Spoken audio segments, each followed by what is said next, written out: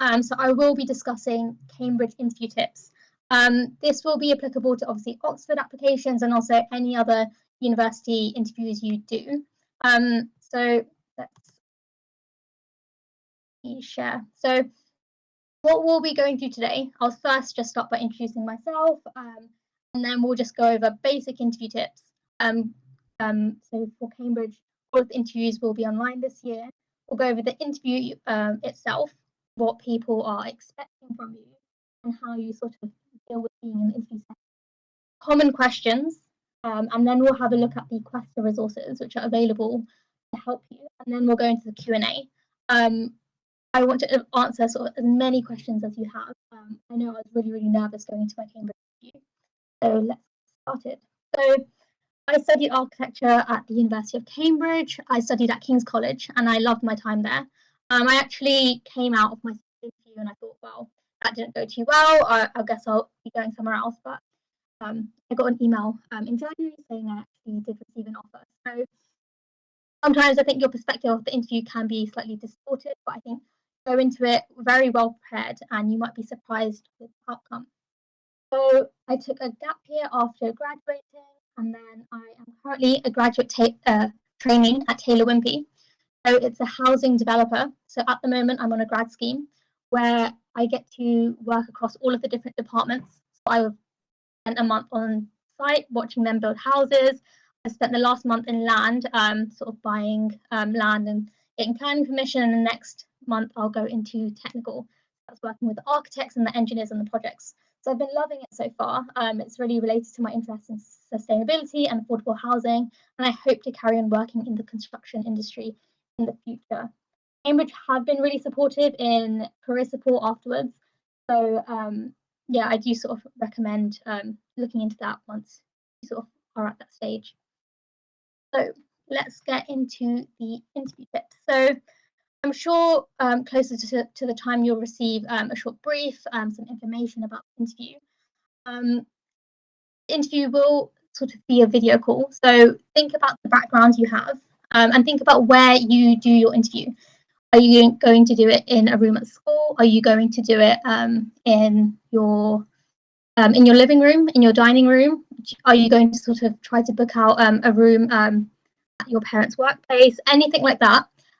Try to avoid places which are particularly noisy. Maybe if you live next to a building site, it can be very loud and the sound can carry through in your interview. So think about a space where you feel very calm and you're able to focus only on the interview itself. So I say be well presented. You can take that to mean whatever you like. I don't think Cambridge provide any specific information about what to wear. Something smart, maybe a smart shirt, something you also feel comfortable with. Don't overdress. I tend to sort of overheat whenever I'm in an interview, so be mindful of that. But think about how you're coming across on camera. You want the interviewer to always have a good first impression of you, and make sure you look well rested as well. So get a full 8 hours of sleep beforehand. People can always spot when you're tired, and it will help you feel more settled on the day. A key one is to make eye contact with the camera. You might want to try practicing this beforehand. It might not feel like the most natural thing to do, but it can help you sort of have a slightly more personal relationship with the person who's interviewing you and help you get your ideas across. Once again, just generally about noise, you want to let everyone around you know that you're in an interview. You don't have any younger siblings running in, or your mum sort of telling you off for not clearing up after yourself, anything like that. You also want to have your college admissions office phone number on hand, an email address, anything like that. Information will be provided to you beforehand. So if anything is going wrong, for example, if you have to join the call late, which hopefully will not happen, or the interviewer doesn't turn up, or the link isn't working, anything like that, just give them a ring. They're very helpful. And if you have any questions before your interview, just always reach out to them. They're the most informed people and they're very happy to help. So you also want to test your video and your microphone just before the day. This will just help you just feel a lot more settled, and you can have a very strong start to your interview. Another thing we did sort of discuss over the channel is doing a mock interview with someone you know. I think that is really, really helpful before you go into the interview yourself. Now, it can be difficult if you're doing a STEM subject, but if you're doing a humanities subject, it can be helpful to look for previous interview questions. You can maybe even create a list yourself and then ask maybe your head of sixth form, so someone you don't know as well, if they have maybe 20 minutes to 30 minutes to just run through the questions with you. And it's all about simulating these conditions, being under stress with a person you don't know so well. So maybe doing it with your best friend might not be as helpful because you might get easily distracted. I think I did 2 mock interviews with 2 different teachers at school, which really helped me. So with architecture, Ron, I suppose this applies to you, present your portfolio to someone beforehand. It really helps you. And I think this also just helps you to identify areas that you need to work on. For example, if you feel like you stutter slightly or you sort of freeze if you're faced with a question you don't know, you can make a note of that and try to practice those areas of weakness a lot more. And I think sometimes it is also about sort of getting used to the sound of your own voice and being confident in articulating a response. I know that's something I often have struggled with in the past, and I think by doing mock interviews, it's helped me really feel a lot more confident going into an interview. So let's go into the interview itself now. So you're well set up, you've done all of your preparation, all of your application is submitted. What you need to know about the interview is that it's essentially aimed to model the supervision format, which is unique to Oxbridge. So this is a teaching group with 1 tutor and maybe 2 to 3 students. And it's an opportunity for you to go over extra material outside of the lectures, for you to ask questions and build on your knowledge together. So this is where the Cambridge interview differs from job interviews. It's all about sort of content related to your course. It's not necessarily about your interpersonal skills. It's not about how you sort of deal with situations and using the STAR technique, for example. Those are all useful skills, but that's just for a different style of interview. This interview is purely academic. So you might be given a piece of reading, an article, or if you're doing physics, you'll be given a mathematical question, which you'll be asked to work through, and the interviewer might give you some guidance or some help on how to do that. It's all about how you respond to new content. It will be a lot more challenging than what you've covered in your A-levels, and it's not meant to be the same content. So they're not going to show you something you've seen before 2 weeks ago, which you covered in class. It's going to be how you engage with new material and what you do when you're challenged. So often when people see brand new material, they think, oh my God, this is way too hard. And they just stop straight away and they'll just say, I don't know. That's probably the worst thing you can do. I think the approach you need to have is saying, okay, what do I know and how can I apply it to this problem? So a really important thing is to think out loud during your interview. If you can say, okay, I think I might do it this way, and then you can make some notes. And then each step you make, if you speak through it, the interviewer will know how you approach a problem. And it also means they can provide you any help if they feel like you're going in the wrong direction. And this mainly applies to problem sheets in STEM subjects. So this is your opportunity to go in and sort of show off all of your knowledge about the course. So for example, if you've been reading The Economist for the last 6 months, show off what you've read, all of the podcasts, all of the quests you've had a look at so far. So don't be afraid to draw material outside of your A-levels. I think that is really what they're looking for. They want to see that you're proactive, you're really, really engaged in your subject, you're willing to spend the extra time to do a wider reading. Another thing, which might also surprise people, is don't be afraid to disagree with your interviewer. I think this is another situation where the Cambridge interview differs, maybe from a job interview. But the interviewer might be looking to challenge you, and going into this interview, it's important to remember there's no set right or wrong answer. So some questions they may ask you might be quite open-ended. I think this particularly applies to humanities students. And it is okay to sort of push back and have a different answer, as long as you are able to justify it. Okay. So when I left my second Cambridge interview, I felt like I'd been grilled very heavily, and that was because the interviewer kept on asking me questions to see how much I knew around a topic, and I felt like I was really being pushed to show off my knowledge in that situation. So don't be afraid if you're continually questioned in the interview. So I would say the basis of the interview is often formed by your personal statement, or any supporting material you have supplied beforehand. So maybe it's your Cambridge FAQ. It can be any admissions tests you've done. Sometimes you might have an on the day admissions test. So be prepared to talk about information and ideas from this and justify your position on this. Common questions. So it's essentially understanding why you want to study this course. It might not ask you that so explicitly, but you might be asked, who is your favourite engineer? Who is your favourite philosopher, for example, if you're studying a humanities subject? And they want to see why you're suitable for this course. So once again, how you respond to new material and how teachable you'll be in the supervision format.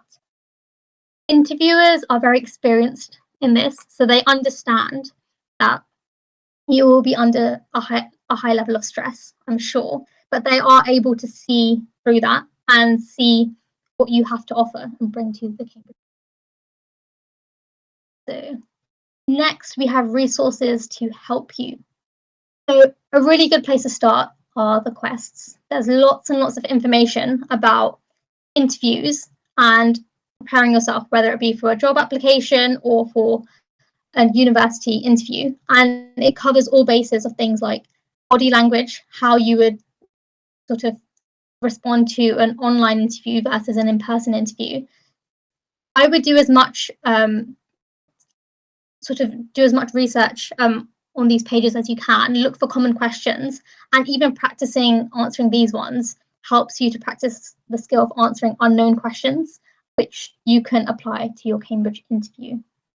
So I finished slightly early, but I think it might be a really good opportunity for you to ask me as many questions as you can. And if you want me to talk a bit more in detail about my interview at Cambridge or my interview at other universities, I can also do that. Okay, so I'll have a look some of the questions. Okay, what do we say to tell me about yourself? So I would always try to link it back to the course. So you can introduce yourself by what you're studying. Also talk about what you've done related to, say, for example, if you're studying architecture, what's your favorite building? What's your most recent visit to maybe a city in Europe, or what's a related reading you've done? So always find a way of linking it back to the course at hand. Whereas if you're applying to a job interview, that would have a different response. Does the amount of interviews you have depend on the course you pick? Yes, I would say I had 2 half-an-hour interviews and I had 2 admissions tests on the day. I think the average number is 2, but I think it's essentially sort of a fair test if you have 2. So if the interviewers are too biased, and it gives you a chance to, if you're really nervous in the first one, you can sort of show off a bit in your second one. How would you respond to something about why do you want to study here? I would keep this answer quite focused on the course itself, because that's the main reason admissions tutors sort of want you. So talk about why the Cambridge course is unique. For example, why is architecture at Cambridge different to architecture at UCL? So that's where your research about the course comes in. So you need to show that you have a really specific knowledge about the course. Engineering, for example, at Cambridge, the first 2 years, I believe you do general engineering and then you specialise after that time. At other universities, you might apply for civil engineering straight away. So you can discuss that. Maybe you want sort of a broader scope of knowledge in this area before you specialise. that's for you to go away and have a look at the university web pages. What was the structure of your interview? Once again, this is architecture specific.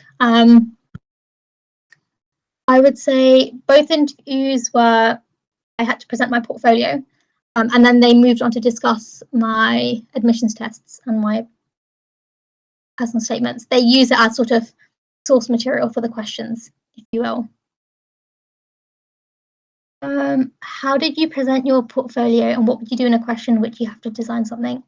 So you'll probably be asked to share your screen, and you just talk through all of your pages. Make sure you have a clear narrative.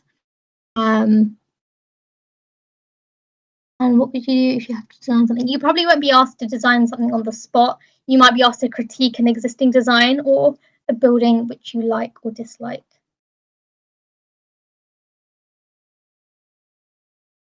The 2 interviews were on the same day. Yes, they were.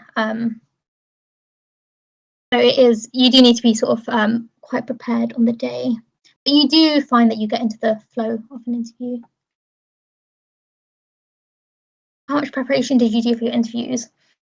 It's hard to put sort of a number of hours on it, but I would spend a lot of time just sort of researching architecture, buildings I liked. I'd spend a lot of time on Design or Architect's Journal, all of your work experience, all of your reading, podcasts you listen to. That all counts as preparation for your interviews. I did say I did 2 mock interviews, which were very useful. Especially if you find that you get a bit slightly nervous or you freeze if you don't know the answer to the question. How about why should we pick you over another candidate? Once again, justify your interest in the course, why you would benefit that most, why you'd benefit from that the most. You can also discuss the supervision structure. What is a portfolio?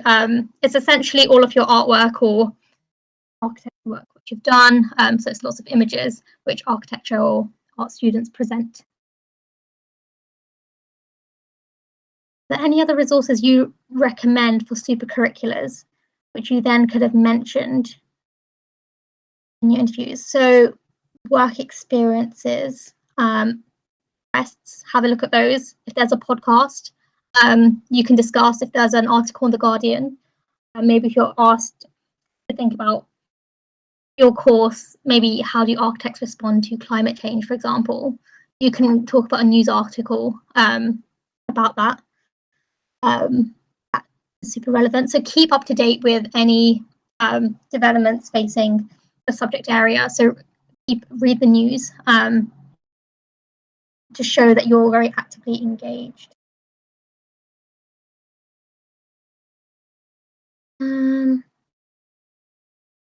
Or like STEM courses, if they give you a problem to do and you just don't know how to do it, what would you recommend doing? So I would try to link it with anything you've studied before.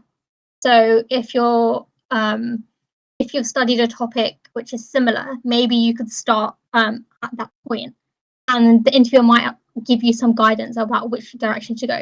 But make sure you write something and you do give it a try rather than stopping straight away. For example, if you're looking at a graph, have you seen any graphs which are similar? And what did you do when you were faced with those? How would you prefer for your interview assessment? Once again, just think about what makes a space successful. It's about how you critique the building.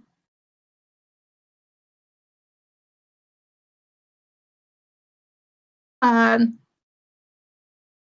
I bring an award? You can mention the award.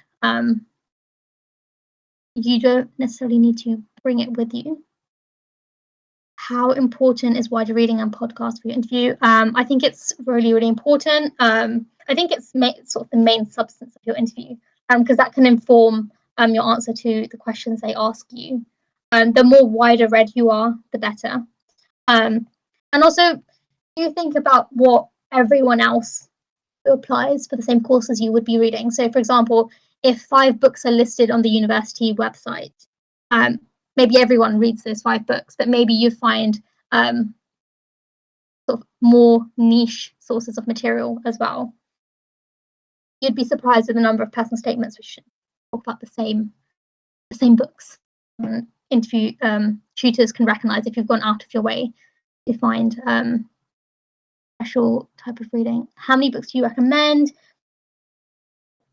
I don't think it's about the number of books, but it's how well you sort of take away ideas from them, how well you understand the books.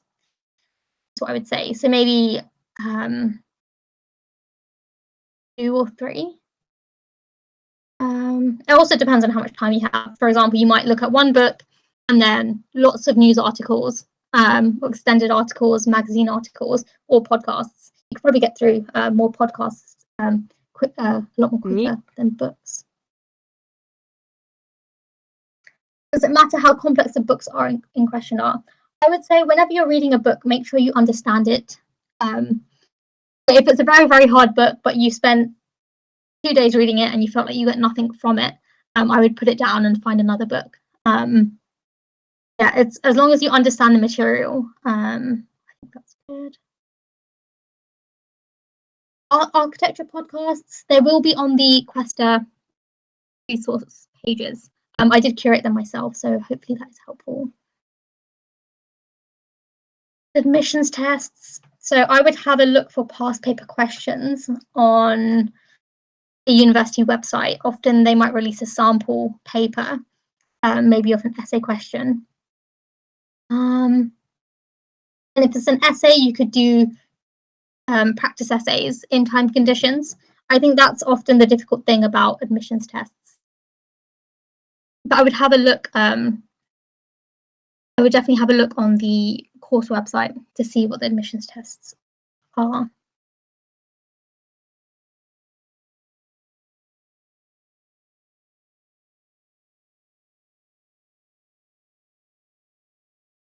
A UCL interview. I did do a UCL interview. I found that it was a lot more informal than the Cambridge interview, and it was only based around the portfolio and what sort of inspired me as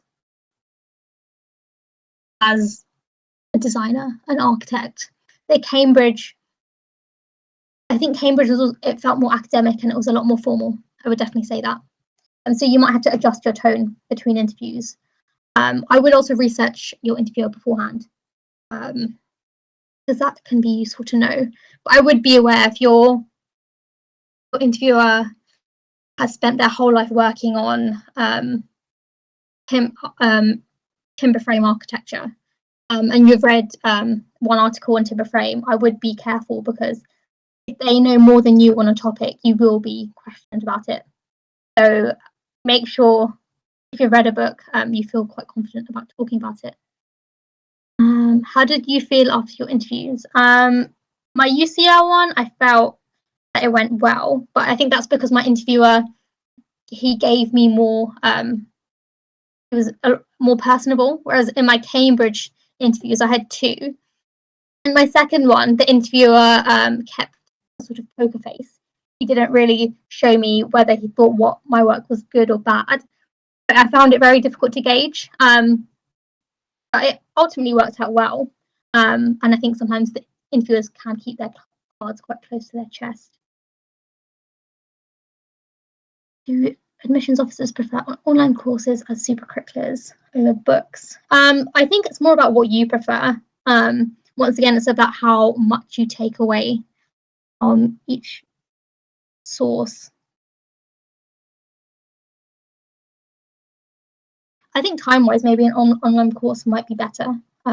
It could be good to have a range of supercurriculars as well. You have some books and podcasts on YouTube. Did you ever recommend reading an academic article from a lecturer at Cambridge that teaches a course? Yeah, I mean, go for it. I think that would be really interesting.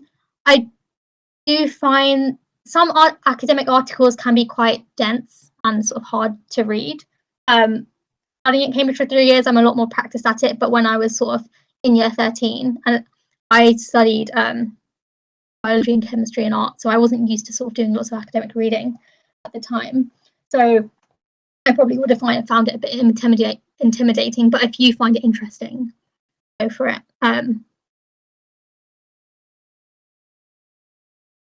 you might get questioned on it a bit more because the interviewer might know about it a lot more because that might be their colleague. How did you calm your nerves before the interviewers? I would sort of plan out a few days before in terms of your schedule for the day, your meals, if you have any snacks, having a glass of water. Sleep is a big one. Don't stay up because it does make you a lot more stressed in the day. Print out maybe your personal statement, anything like that, and read through it. Refresh yourself on everything you've submitted to the university already, and be prepared to talk about it.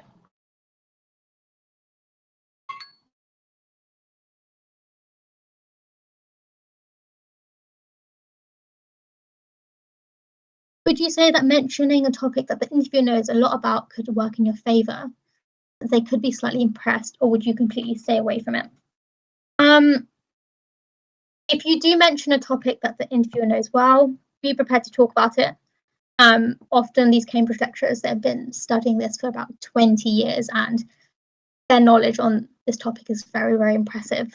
So they could grill you if they're feeling slightly like they want to apply some pressure on you. So if you mention anything, if there's a book you've read, be prepared to talk about it. Don't sort of mention that you've read 6 books and you can't remember anything from them because it won't be helpful.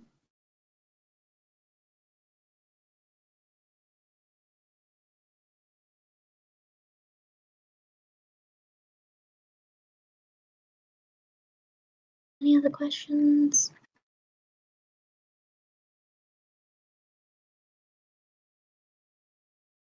How do I find specific advice for the subjects I'm considering doing?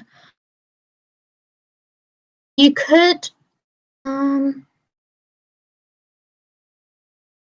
would have a look on the Questa web pages. I think they do have lots of information about applying for specific courses and the relevant interviewers. I'm aware my advice is quite tailored to architecture and humanities. Maybe you could also speak to Tab and he could put you in touch with someone who can help you.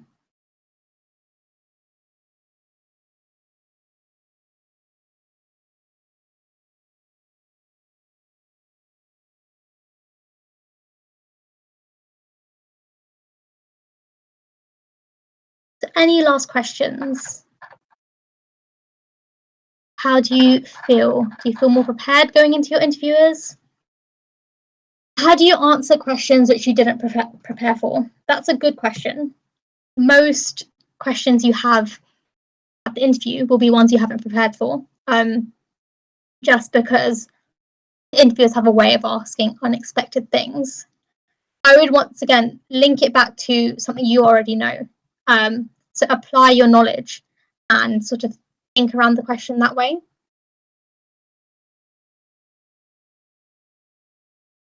Is it good to ask for feedback at the end? I think generally feedback isn't given at the interview. Once you receive your decision from Oxford or Cambridge, you can request feedback. Often it's very general. I think the reason they didn't give feedback is because they probably haven't seen all of the candidates and it wouldn't be fair to sort of make a decision on the spot.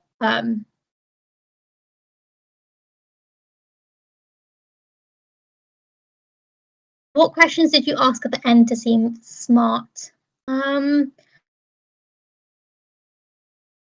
So for me, I think I asked questions about sort of the facilities, about the working space, and maybe the structure of how many lectures you have versus how many design tutorials you have. That was something I was interested in on. Or for example, if you're having a really interesting debate about say architecture and climate change, and the interviewer is asking, okay, how do you think architecture should respond to climate change?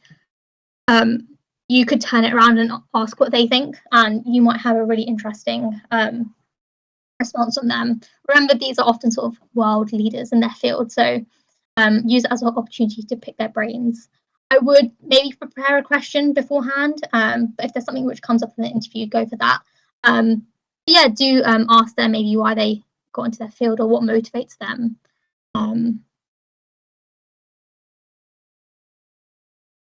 Yeah, I would definitely say have a question to ask.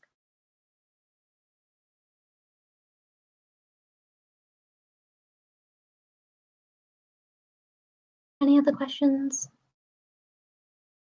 If you're stuck on a question, is it okay to ask a question? I would say, because often they can't give you the answer straight away, Johan. I would say, I think it could be this, and then propose an answer, and then talk your way through your train of thought. And you might find by talking out loud, your thoughts began to flow together. If they would like to offer you some help or guidance on that, they would do so. I wouldn't respond to a direct question with a direct question back. You are able to ask to repeat the question. But some interviewers might see it as you stalling for time. But if you need to do that, you can, but I wouldn't ask them to repeat the question every time. What university did I go to? I went to Cambridge University.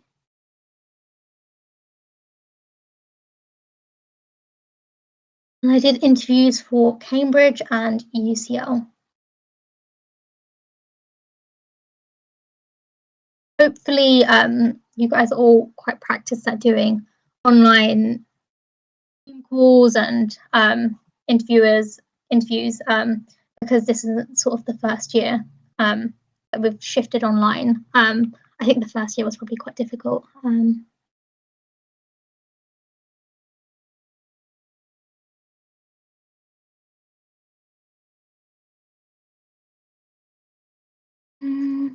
Okay, last few questions. Never done an interview before. I think that's quite normal. I don't think I had done one before my UCL interview, so I would reach out to sort of your teacher, or if you have an older sibling or a cousin, and they can ask you some questions.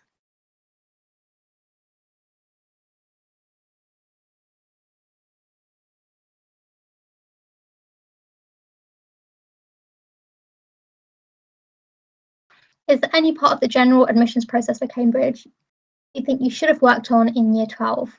I may have mentioned this earlier, but I started going to university open days at the start of year 12. And I attended some good personal statement workshops at the start of year 12. So I did begin thinking about my application that early on. So that's when I started thinking about my supercurricular activities, work experience, trying different things, which formed a part of my Cambridge application eventually.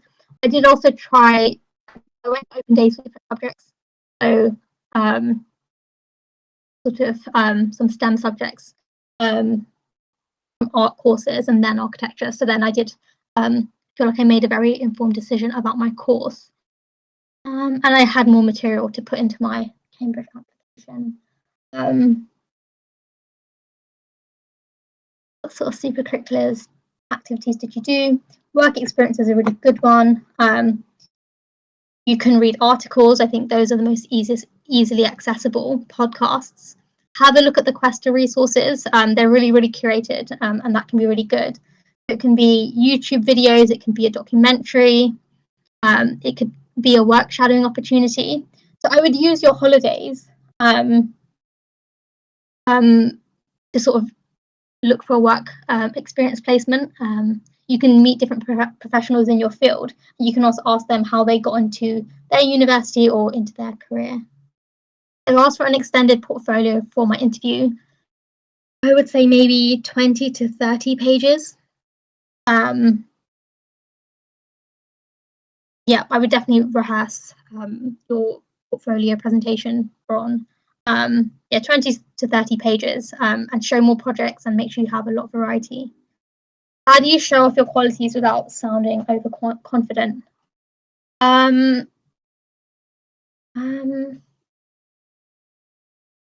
wouldn't list everything you've done. I would mention one thing you've done and then explain it in more detail. It's so you can show off how this expanded your learning, and you're still being specific and being really detailed in your responses.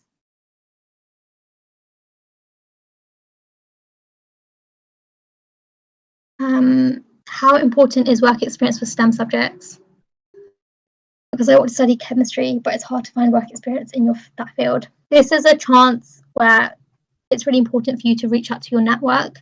So think about older siblings, maybe people in your school, alumni from your school, whether you can get placement in sort of a lab, a pharmaceutical company, go to your local pharmacy, your GP practice, LinkedIn as well. So I would ask around, and maybe even cold calling people from different industries could help. But I would definitely be proactive. And if you put the word out there, people will know that you're looking and they will get back to you. Is there a specific way to talk about the work? Yes, reasons for color choices is good. I would also always think about what went wrong in a project and how you overcame that.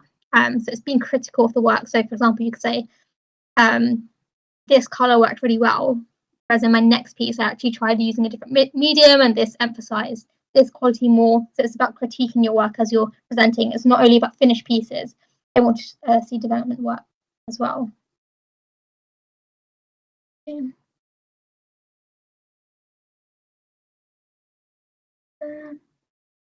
Is it good to do an independent project as part of my preparation for uni? Yes, I think that's amazing. It shows really good skills, and I would definitely try to mention this in your interview and try to link it. I would definitely recommend doing an EPQ. It's sort of a longer term sustained focus on a subject which interests you, and it can be a great starting point for personal statements. I do wish I did an EPQ, and the skills you learn, the research skills, sort of writing skills, they're really transferable into your third year uni research projects and dissertations. Okay. So if there aren't any more questions, I suppose we'll wrap up for today. I hope that was helpful for you. And I wish you all the best for your interviews. Make sure you do as much practice as you can. And if you do have any more questions for me, you can just post them in the channel. And now I'll hand over to Tayeb.